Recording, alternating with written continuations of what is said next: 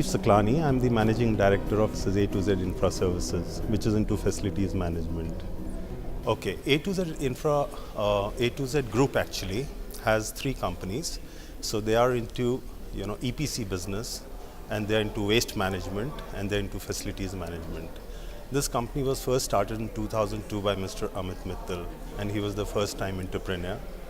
And with no background, totally coming from an engineer, coming from totally a corporate world, and then getting into business as a first time, I think built a huge empire for himself. And in 2009, he went through the IPO route, and the company really earned a lot of wealth for the entire industry and for the company. So that is how it is. What were the major challenges in front of the company when it first started? See, what happened was that company had huge potential in terms of manpower, in terms of leadership, in terms of deliverables, in terms of giving quality. And we took up a lot of government projects. Unfortunately, the various policies in the government, whether it is the center or the state, did not support the speed of growth that A2Z was going through. And that created little financial problems down the line when we were getting close to, completing our projects. And that is where we got a little stuck. And there were various levels of clearances which we had to go through with the government. You go through one, then you say you go to the environment, then you say go to various audits, clearances. So that became a little, delayed the whole process. And that is how we ran into little problems on that score. So for entrepreneurs who are about to begin their businesses in, let's say, in this sector, what would your advice be?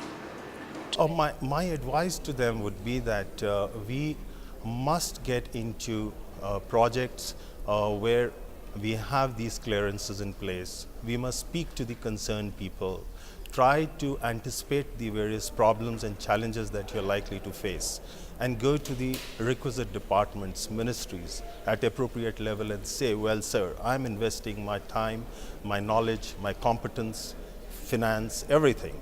So I need your support to complete these projects in time. So it's a win-win situation for both. So I think that's a great thing that would happen. If I ask you, like in a single line, if you could just explain the underlying principle of the company, what is that one glue that holds it together? What would you say?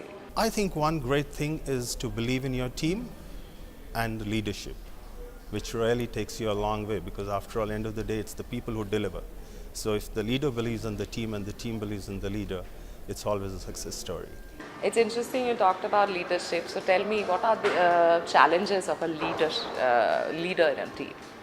For example, if I have to talk about myself, I'm the managing director of a company which has 16,000 people on roll.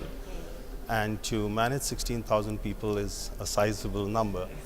And being a pan-India company where we have presence all over the country, we have very strong leadership at all levels, right up to the grassroots level. And so to support all this, one is the constant communication with the people, a good system and process, having adequate use of various technology which is available today really goes a long way in keeping a tab of what's happening of the business and yet having faith in people.